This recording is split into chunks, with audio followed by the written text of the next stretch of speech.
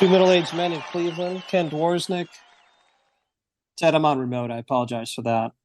Theodore Yeah. Klopp, how's your arm? I mean, you're the equivalent and the doppelganger for Oral Hershiser. You've been warming up for spring training. How's that Oh going? yeah, it's going well, going well. Yeah, it's arm is loose, icing it and making sure it's ready for 200 plus innings.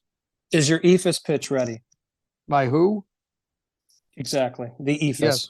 yes. Nobody throws it better. I just need to make sure I can do it in 15 seconds. I'm not saying anything after that. We're good. Ted, I was on a bit of a trip. We could bring that out and about. But we kind of had some big news, you and I. Let's be honest, we're older Yeah, we guys. did.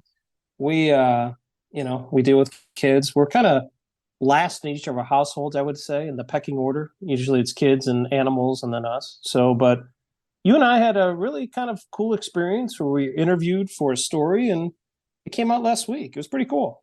Yeah, we look like we're ready for it. Looks like our mug shots look like an episode of CSI or something, Starsky and Hutch, something like that. But Oh God. yeah, it was a good article, and uh, I hope everybody enjoyed reading it and maybe got a little insight into what led to us doing this podcast. The best text I got, because I got numerous texts over this, I imagine you got some too. The best text I got is somebody said, Ken, great story. The picture's great. We love the downtown thing, but you look fat and confused. And why are you with Oral Hershiser? That is probably the best text I received in quite a while, and I think I'm still laughing over that. But it was fun. I really enjoyed that. The best reaction I got was from my wife, who saw it on my Facebook timeline and said, "You're still doing that?" I kind of got the same answer. I'm not going to lie. Kind of got the same answer. You guys are still doing that. Hey, Ken, we have a championship. It's championship week here for us. Oh, my. Oh, yeah. My oldest son's hockey team so we were the fourth seed. Four teams make the playoffs. We're the fourth seed. We upset the number one seed in the semifinals 4-3, and we play for the championship this coming Saturday. Are you serious? That's Yeah. awesome. That's How about really that? cool. That's awesome. And my son got in there, played some. He's one of the goalies, and one of the saves that he had was on a little breakaway. Defenseman kind of got beat, and I thought I was going to have an aneurysm. And in fact, you could hear me. There's a camera above.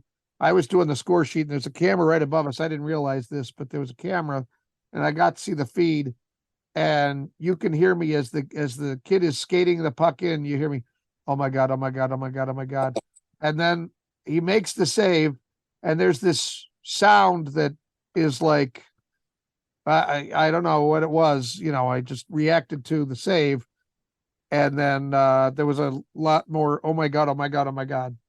But he played really well, and so did the team, and on we go. That is so exciting. Where do you play the championship game at?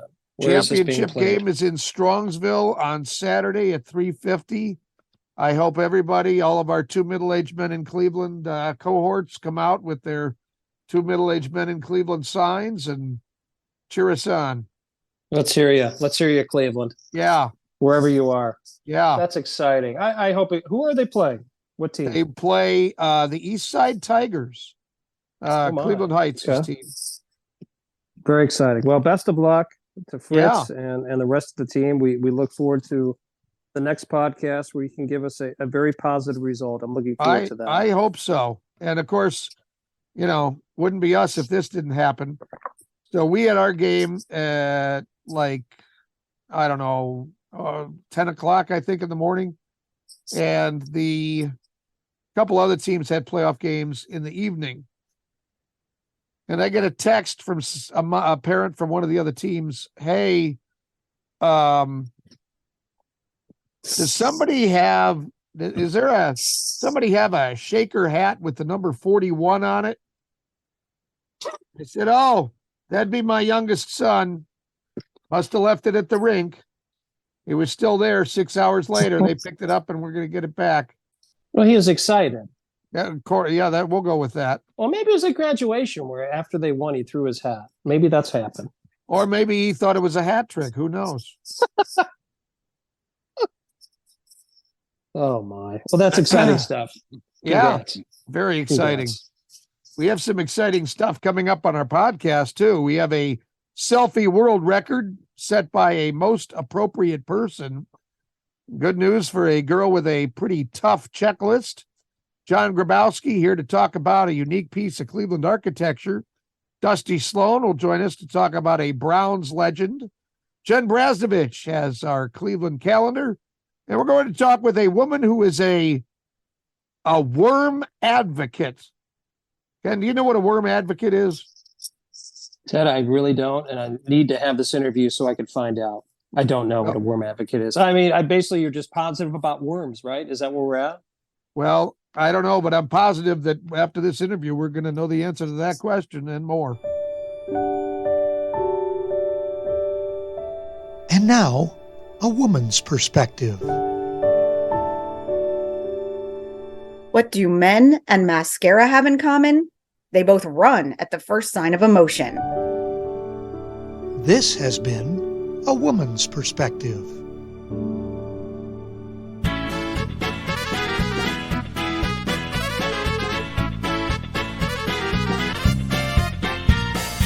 History time. Get your notepads out. Get ready. We're going to learn about Cleveland and about a very unique structure here in Cleveland, the geodesic dome at the ASM International Headquarters. That dome, I think, John Grabowski is with us, our historian.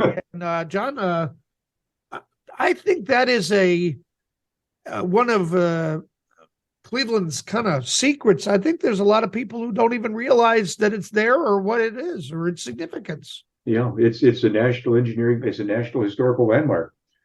And to do a personal story, I never knew about it until I had my first car and I decided to take a route out, Route 87, all the way out through Geauga County. And we're going along 87, and I look out to my right in the window, and in the trees, there's this incredible geodesic dome. And the story of that is it's the home of the American Society for Metals, which was an organization started in 1913, not in Cleveland, I believe in Chicago. And this is all about metallurgy and the importance of metals in industry. And that's what the group does, is it focuses on that. But it was a law, it's called Materials Park by the group, but it was actually the vision of four men. And one of the guys who was really the impetus was William Hunt Eisenman, who was the managing director for ASM from 1928 through 1958. And Eisenman owned some property out in Geauga County. And he donated 700 acres to the society to build their new headquarters. And Buckminster Fuller, who was the master of dome structures, was involved in this. And the engineer Thomas C. Howard engineered it. And the structure itself was built between 1958 and 1959. ASM moved into it in 1960. And it's remarkable. It is mid-century modern. It's incredible. The dome itself, I think, is 270 feet in diameter. It's totally open work. It's all aluminum, extruded aluminum piping in it. It stands 130 feet high, so you can't miss it from the roadway. And within, underneath the dome, there's a mineral garden that they have various minerals displayed in, and a 50,000 square foot headquarters building for the ASM, and has a huge number of staff members working there. Building it was remarkable, and it's just an absolute landmark that many people don't know about. Interestingly, it has just recently been refurbished. They refurbished the interior structure of that office building, And because it's a landmark structure, they had to keep with the mid-century modern. So they refurbished a lot of the furniture that was there. It was all late 50s, early 60s furniture. So if you're a buff of mid-century modern, you really want to get into that structure. Now the point is, it's not open to visitors, but you can go to that area when the ASM is open for visitors. But it's one of these things that we, unless you're driving out to Geauga County, you really don't know about. But it also reflects something else, and it's the fact that the ASM is in Cleveland at all reflects upon the city's industrial history and our need to understand metallurgy to produce the products that we produced here. Whether it was beryllium, aluminum, or steel that was behind the products. That's what the ASM does. It deals with all these metals that made America run and still make America run. John, it seems like a crazy question, and obviously you mentioned it's in Geauga County. Where exactly is it located? Where can I? Obviously, it's a huge structure, so you can't miss it. But what is the major city that it's in? It's in Russell Township. There's no major city there, and it's near Geauga County's West Park. Gotcha. Okay. Yep. And I think it's like 4 miles to the west of Punderson. So if you head out 87, you'll just find it. You can Google it. And it's really stunning because you're going through this you've got the West Park. A lot of the land has now reverted to the Geauga County Park System. So the 700 acres, part of that land is now part of the park system, but it's all surrounded by greenery. Wow.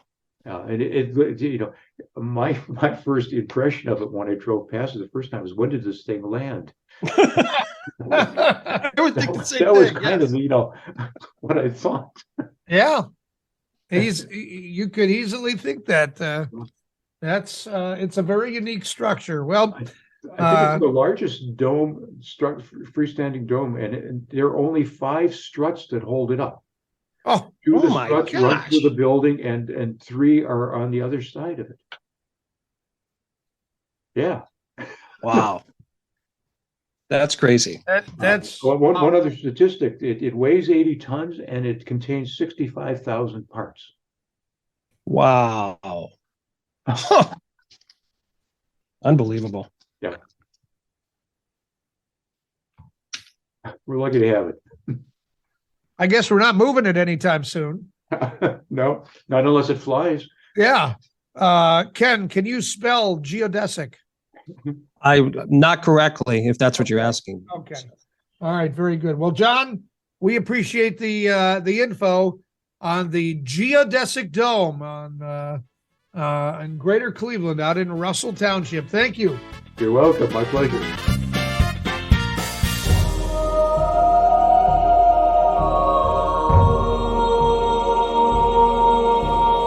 Overachiever time. Actor Ashi Kumar is now the Guinness Book of World Records. He owns the record for the most selfies taken in 3 minutes. By the way, that was 184. That's right, 184 selfies taken in 3 minutes.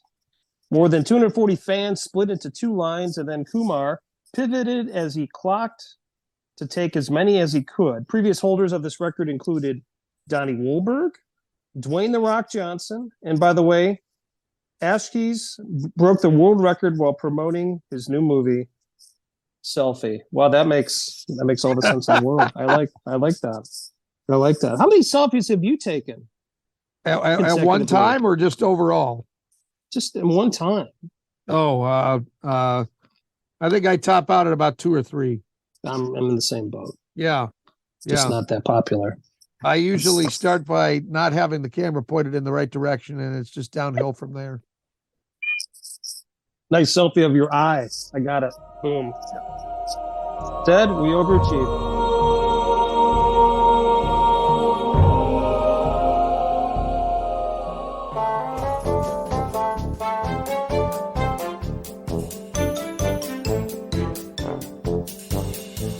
It's time for our Cleveland calendar, and so Destination Cleveland's Jen Brasdovich is here. Let's see, March, St. Patrick's Day. That's the spotlight date on my calendar, but I'm guessing there's other stuff, Jen?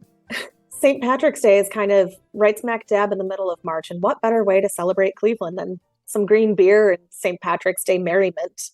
There is a lot happening this month, but since you've mentioned it, let's start with St. Patrick's Day. So, of course, the highlight of Cleveland in March is the Cleveland St. Patrick's Day Parade.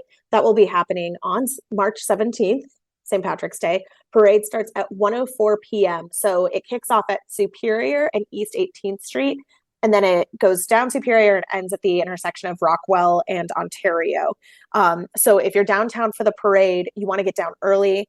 Make sure you're using RTA to get here. The red line goes right down to Tower City, so you can, grab the train and hop off there at Tower City. It's going to be an insane day downtown. Hopefully we'll have good weather like we had last year. And then if you're downtown, of course, stick around and visit some of the bars and restaurants. There will be things happening, I believe, from like 6 a.m. all day. So your pick of options, kegs and eggs, all sorts of bar crawls and stuff like that. If you absolutely cannot wait until March 17th, I don't blame you. I can't either. I've already got my outfit picked out for St. Patrick's Day. There are also a variety of celebrations and themed bar crawls happening in the weeks leading up to St. Patrick's Day, including the Green Mile Bar Crawl, which is in West Park on March 11th, so the weekend before St. Patrick's Day. West Park, if you've been over there, is a great bar location. They have PJ McIntyre's, which is, in my opinion, probably the best Irish pub in the country. Absolutely love it. So they'll be doing a bar crawl over there in West Park on March 11th if you just can't wait for all of the fun of St. Patrick's Day. Wow. Let's talk about this weekend. Okay. Weather's looking a little dicey, but I think we'll be okay for Saturday over at First Energy Stadium. Usually they're playing football over there. This weekend we're going to play some hockey there. So we had the face-off on the lake between Michigan and Ohio State a few weeks ago, and now the Cleveland Monsters will be hosting their outdoor classic. This is the first outdoor professional hockey game to be played in the city of Cleveland, so it's pretty cool. They've got that ice on the field still, so they'll host the Wilkes-Barre Scranton Penguins, the Pittsburgh Penguins farm team, on Saturday, March 4th. That'll be right there on that outdoor rink. The game is at 1:00, and there are still tickets still available. Those tickets start at $10. So even if it's last minute and you're looking for something cool to do this weekend, that's a really cool option for you and a very unique thing that you can't experience everywhere. So just another thing that makes Cleveland a unique place to be over there. And, we like to make the most of the winter weather when we can. So it's a good excuse for that as well. We talked about St. Patrick's Day. If you're really looking to keep the beer flowing all month long, Great Lakes Brewing Company is celebrating its 35th anniversary this year. Their brewery tours are back this year, and it's the perfect way to celebrate their anniversary and to learn a little bit more. So I've done one of these tours, actually. It is amazing. I've done a lot of brewery tours. In case you can't tell from talking to me, I'm kind of passionate about beer. So I've done a lot of brewery tours in my time. I'm the young age of 35, so in 14 years, I've gotten a lot of brewery tours in. But this is definitely one of the best ones that I've seen. And it's just such a deep history there at Great Lakes. I mean, it's Ohio's original craft beer. It's Cleveland's, mothership of craft beer. The tours are about an hour. You get 4 beer samples. You get a souvenir pint glass. You will learn a little something new. One of the coolest things that I learned, and I'm still going to encourage you to go to the tour, but I will tell you, one of the coolest things that I learned is that they actually have 2 pipes that run underground from the production facility to the brew house. So when you go to the brew pub and you get a nice cold glass of Dortmunder or Christmas ale or whatever they're running through those pipes, there's a reason it tastes so fresh. It is literally fresh from the brew pub or from the production facility. So it is as fresh as can be, running under the street there and coming right out of the tap there at the brew pub. So those are happening Friday, Saturdays, and Sundays. And like I said, those are back this year. They were on hold because of COVID. So a really cool way to learn something new about Cleveland's craft beer scene and check off one of those stamps on your Cleveland brewery passport.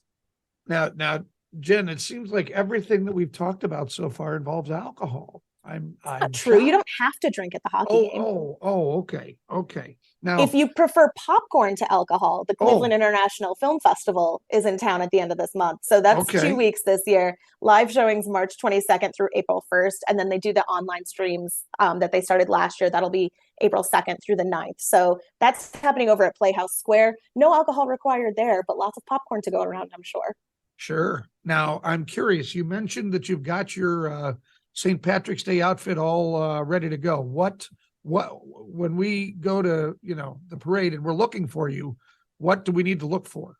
I will be in a green t-shirt, obviously. I have a gold, like sparkly jacket that I wear over my green t-shirt. And new this year, my best friend knows how much I love St. Patrick's Day, even though I'm only like 4% Irish, probably. She got me some really cool green beer earrings. So if you're looking for me, look for the earrings. Okay. All right. A hat? Do you have a hat? It depends on the weather. If it's cold, I'm Okay. going to need a hat. Okay. If it's All like right. Very last good. year, I might not even need the jacket. You never know. Okay. All right. Okay. Does the shirt say anything? Does it say of course I'm Irish or something like that? It says 0 lux given. Okay. So All right. clever little play on words there. I got you. Okay. Yeah. All right. Well, thank you. You've clearly filled our Cleveland calendar, so we appreciate it. Absolutely. Happy St. Patrick's Day.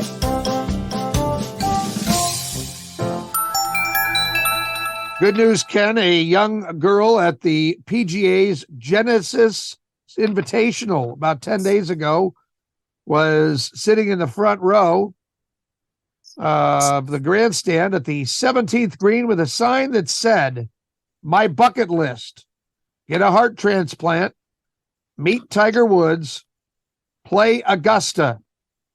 Now, only get a heart transplant was checked off. Wow. Tiger Woods missed a birdie on the 17th par 5, took his golf glove off, signed it, gave it to the girl, and checked off meet Tiger Woods, and then gave her a high five. Class. That's full class. Nothing else could be said about that. That's really, really cool. What an experience for that young lady. Very cool. Now she's got 2 keepsakes. She's got the glove, and she darn well better save that sign, too. I would think so, yes. Blah blah blah. Blah blah blah. Blah blah Blah blah. blah blah. Blah blah blah. Blah blah blah. Blah blah blah. Our guest today says she is a worm advocate. Ken, I don't know that I've ever heard of anybody who says that they are a worm advocate, but That is a first for us. yeah, I'm curious. So let's talk with Kathy Nesbitt. Kathy, thanks for your time. And can you explain what a worm advocate is? Yes, I'm the head worm. Well- I'm the talking worm. I'm the spokesworm. So my working title is Kathy Crawley, Laughing Bean Queen. So it's simple solutions for today's challenges. A worm advocate is somebody who is championing, easy for me to say, not really, worms in the house. So this is indoor composting with worms. Wow. So Who doesn't want worms in the house? you're saying having worms in the house, are these night crawlers or what are these? Good. Great guess. Yes. So they are, they're earthworms, they're red wigglers and European night crawlers. There are thousands of types of worms. Only 4 have been identified for indoor composting. Huh. Kathy, obviously composting is getting very big all throughout the world. And obviously I think that's part of the reason we were interested in talking with you is because of, the ability to compost and continue with things and all that when it comes to using worms. I guess my first question for you, obviously you talked about indoors. What would you say is one of the easiest worms to raise? You talk about earthworms. Is there a specific type of earthworm or what is there a particular kind that's easy to do? And how do you get started with this? I love it. Thank you. Great questions. So if I could talk about how I actually started my business, it's the 21st anniversary of Kathy's Crawley Composters. I'm located in Canada, just north of Toronto, largest city in Canada. And in 2002, our landfill closed. And although Canada's second largest country in the world, we couldn't find a place to site a new landfill. So you're welcome. We started to export our garbage to the US. 1,000 trucks a week. Cuckoo. What a crazy solution. Not a solution at all, by the way, just shipping the problem somewhere else. But it cost us a lot of money for the privilege of exporting our garbage. So yes, to answer your questions, Ken, it is a specific worm. There are 4 worms that have been identified. Red wigglers are the optimum. And they're these composting worms live in a container. So say a Rubbermaid toad or something about that size. They need a carbon nitrogen mix. So the carbon or the bedding is shredded paper, could be leaves, straw, cardboard. And the nitrogen is the food scraps. The worms need both, and they eat both, and they turn it into black gold. Their poop is the nutrient-rich fertilizer. Okay. So what about like everybody's concerned about plastic and non-biodegradable things? Do worms help with that stuff? Not yet. I understand that they have identified an organism that is able to break down plastic. That's kind of another topic. This Okay. is, really, this is a way for, there's so many issues. There really are so many issues. What I'm tackling here is food waste and Sure. paper scraps. And the worms, when I started my business, it was waste management tool, right? So that we could stop exporting all that garbage. That was my goal. It's big. And then I realized that people were afraid of worms, first of all, and they didn't want worms in the house. So that's kind of another separate issue that I had with my business. But what I realized early on was that people wanted the black gold. The gardeners knew the value of the compost that the worms are creating. And in North America, we have destroyed the soil with our monocropping. Corn, wheat, soy, acres and acres of monocropping. So we need to add a lot of chemicals, which destroys the biology of the soil. So when you talk about obviously having the worms inside, is the key to that, is the reason for that is because do things have to be at a certain temperature? And I guess as part of that, would it be possible, and what is the time span to, certainly grow worms and things like that? Does it take a month? Does it take a couple months? And can you transfer that to the outside area as well? Great, beautiful, lovely questions. Temperature, absolutely. So Canada, it's too cold in the winter to compost outside. I mean, you can add your scraps and it freezes and then it breaks down faster in the spring. A lot of people don't want to schlep out back in the winter anyway. We just become bears in the winter, stay inside. Yeah, so temperature is beautiful for hot places too. It's too hot outside to compost outside.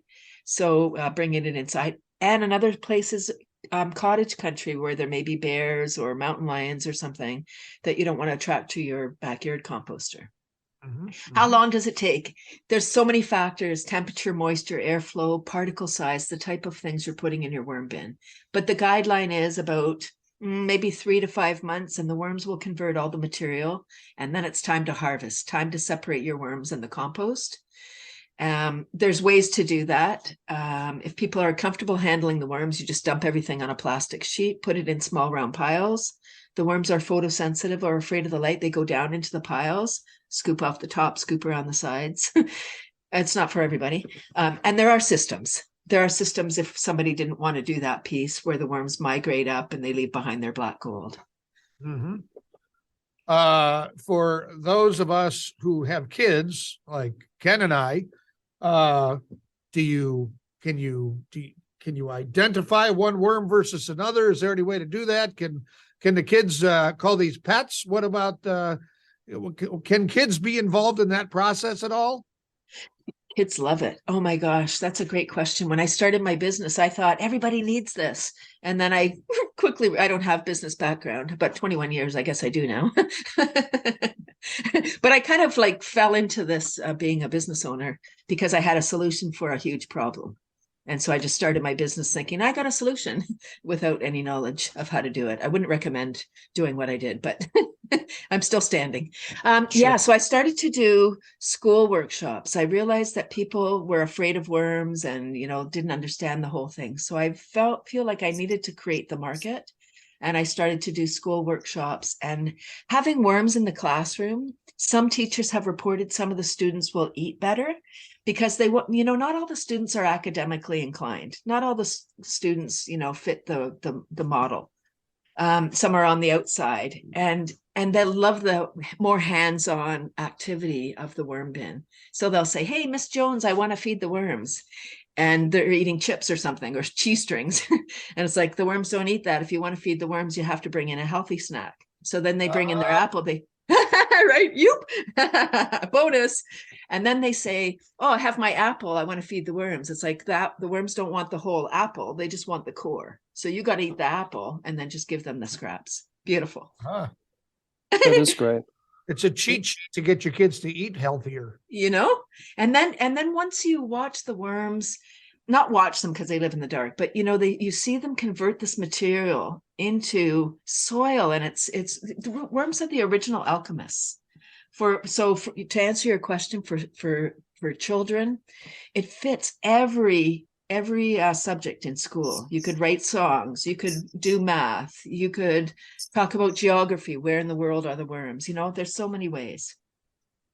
Kathy, are there other groups, and this is a very interesting topic for me, is there other groups like on Facebook or other groups that I could contact that certainly are very similar minded as yourself, that I can obviously, learn more about this or different techniques or anything like that? Absolutely. Yes, on Facebook there's a vermicomposting group, or probably several, gardening groups, composting groups. Yes. And my website is Chalk or Block. My husband's my web guy, and so it's blissfully up to date.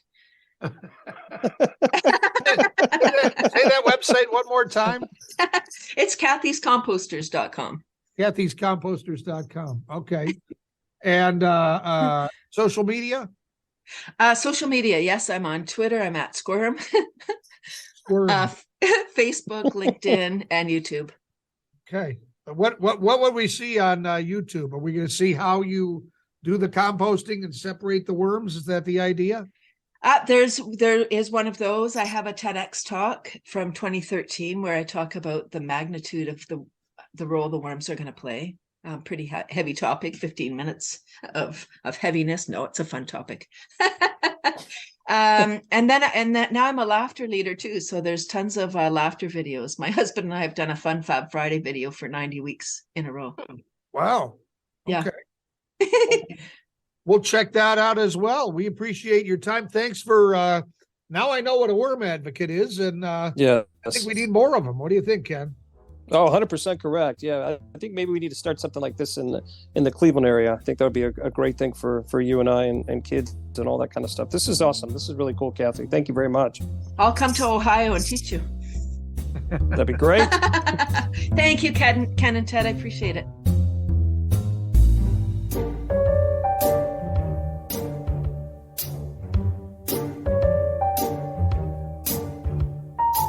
Ted, we're out and about, loving it in Northeast Ohio and on location. This past weekend, I had the opportunity to spend time in Columbus, Ohio, with an old friend, somebody that you remember, Kevin Strail. Remember Kevin Strail? Oh, absolutely.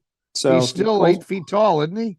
Very tall. Human L. Yes. That's what they call him, the Human L. So we, his wife and Awen and myself, along with him, spent the weekend in Columbus, went to a bunch of different places. The highlight, I thought you'd get a kick out of this, being the hockey fan that you are, and knowing your kids play. Went to the Blue Jackets game. They played the Edmonton Oilers, 12:30 game, ton of kids. Great atmosphere. I love that arena. The Blue Jackets, now I hope you're sitting down for this, they actually won 6-5. 6-5. They were up 4-0 going into the second period. And Edmonton tied it up. They tied it up 4-4 going into the third. Oh, boy. It was classic. I bet the Bluebirds were out. Yeah, they were. But I must say, if no one has checked out any NHL hockey, I've watched it a little bit. There's a guy that plays for Edmonton. His name is Connor McDavid. Oh, you need to follow him. My gosh. Unbelievable. Yep. He had a shorthanded goal.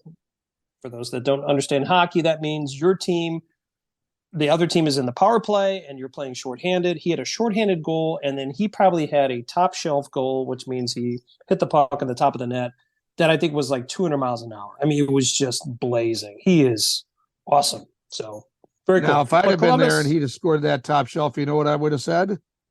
No. I would have said that one was top shelf where Mama hides the cookies. Kids love it. Oh, Kids love of course. But went to Columbus, very nice. We stayed in German Village.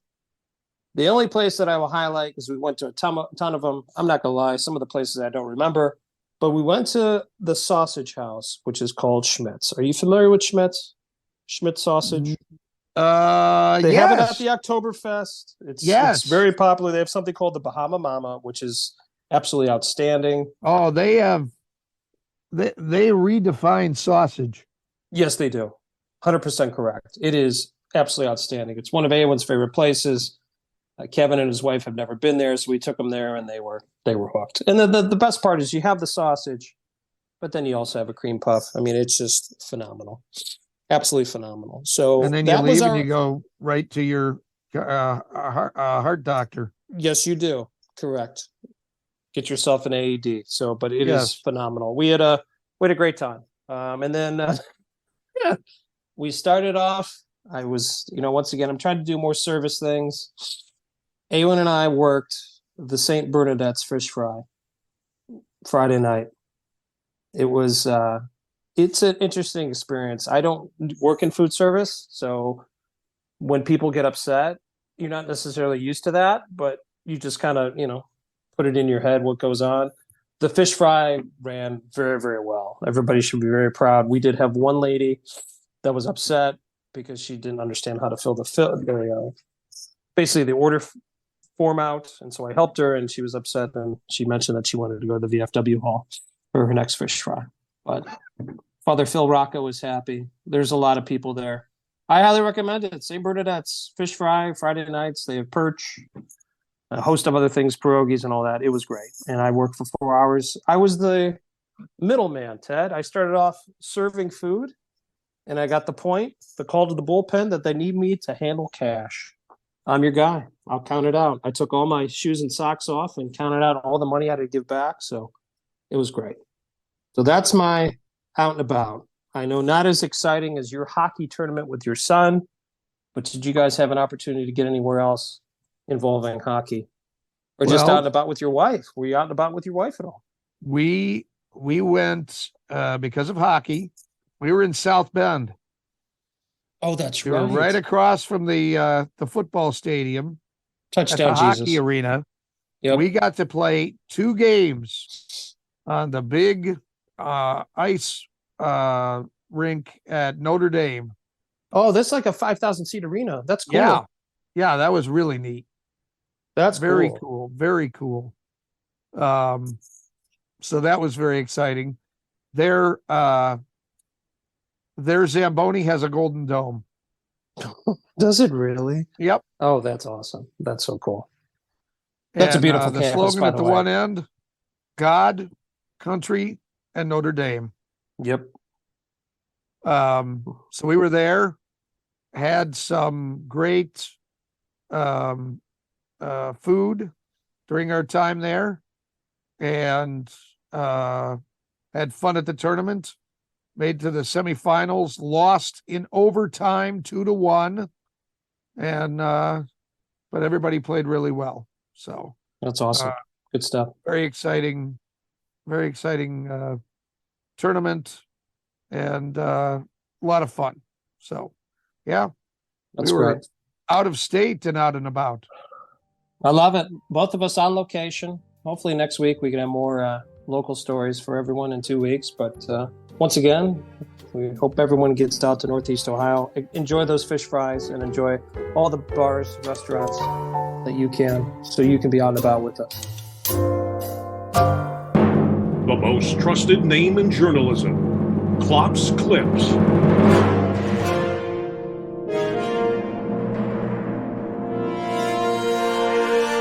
Here we go, Ken. A Columbus, Ohio restaurant is hiring. Santino's Pizzeria, looking for people who can be reliable, on time, and have common sense. The sign outside the shop doesn't list those qualities, though.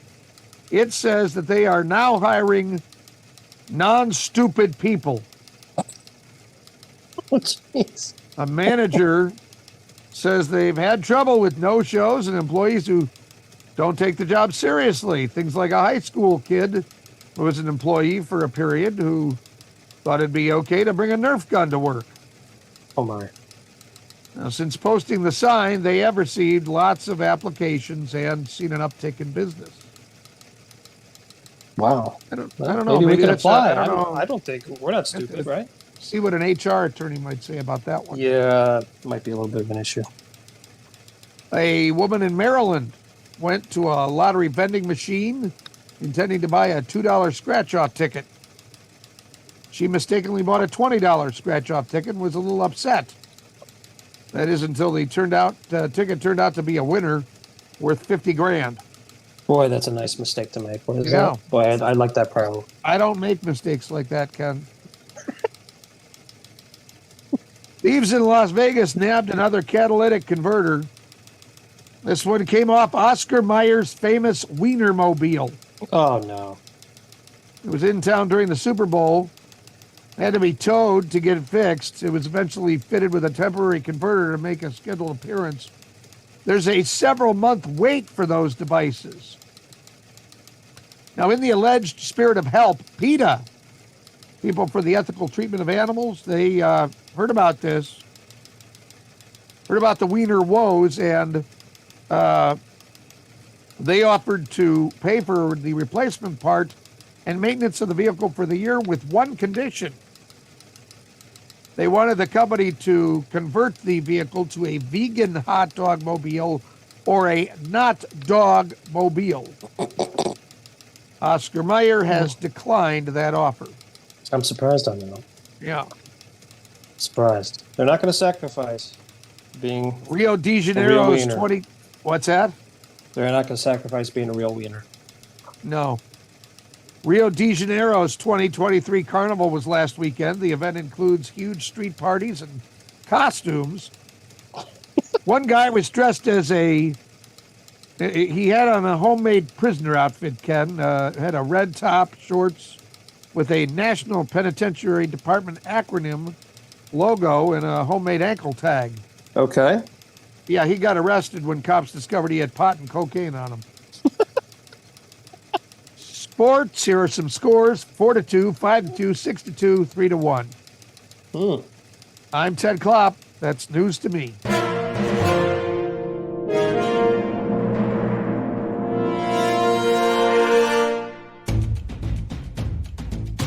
Cleveland! This is for you! Cleveland sports history with our favorite historian, Dusty Sloan. Dusty, we have a Cleveland Browns tidbit for you. I know you enjoy talking about the Browns. It's one of your favorite teams. We go back to February 23rd, 1923. Dante Lavelli is born. He was part of the AFC and NFL, and obviously a very good receiver for the Browns. What can you tell us about Dante Lavelli, the Hall of Famer? Well, guys, Dante Lavelli was one of the first superstars with the Browns, obviously. Was with the team as a rookie, as age 23 year in 1946. Led the AAFC in both receptions and yards per catch and yards per game in that year, 1946. And again, that's not easy to do, given that in 1946 you didn't pass the ball very much. But he was a very steady player for the Browns, obviously a Hall of Famer, won all those championships in the AFC and then transitioned in the NFL. But obviously he was a very big favorite of Otto Graham, catching 800 yards worth of catches into his 30s in 1954, but very steady player, Pro Bowler 3 times. I mean, Otto Graham probably would have said back then, I'm sure he did, that he was his favorite receiver and the one that he would kind of his security blanket when things were tough, which wasn't very often with the Browns. Dante Lavelli, part of the legendary, I guess you'd say, Cleveland Browns teams that really put Cleveland on the map when that whole merger and all of that, when all that was happening, he was catching touchdowns and kind of in the middle of all that.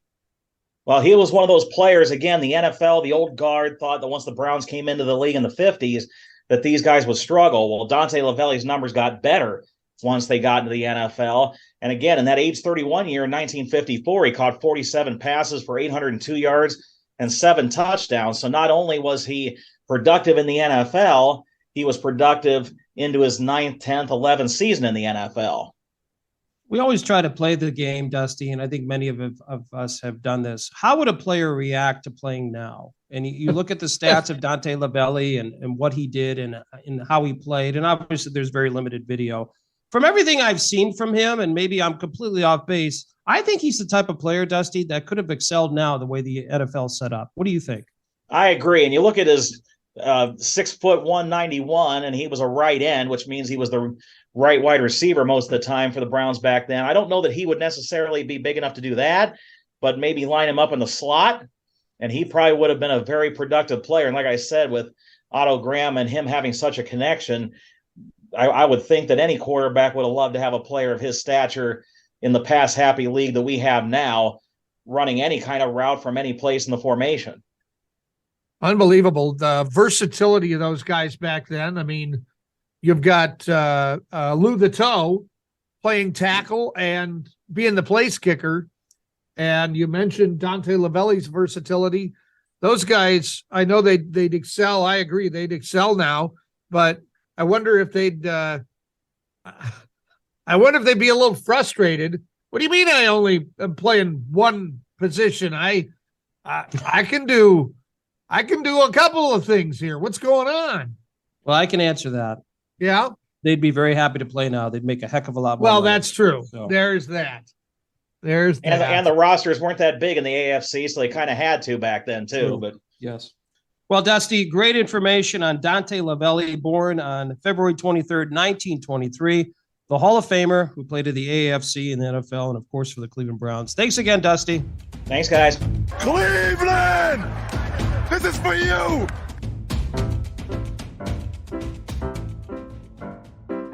Oh no, not a dad joke. Ted, why did St. Patrick drive the snakes out of Ireland? I don't know. He didn't feel like walking. That joke was horrible.